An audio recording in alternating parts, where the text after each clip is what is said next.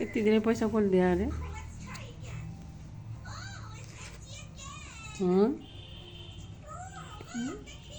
दसैँमा दिएको अनि फेरि मामा घर दिएको अर्को त्यो त यहाँ दिएको राजा दिएको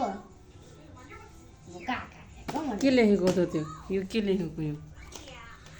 यो त त्यो जम्मा गरेको पैसा ओ कोइन कतिवटा छ भनेर? यो पैसाले के गर्ने हो?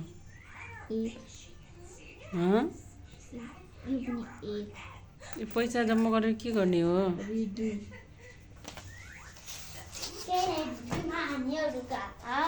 भुर्कीमा हालेर के गर्ने त? पछि निकाल्ने त होला भुर्कीबाट। के गर्ने त अब निकालेर?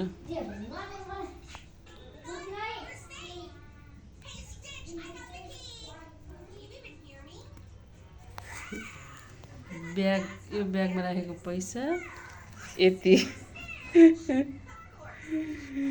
हिसाब किताब यस्तो छ।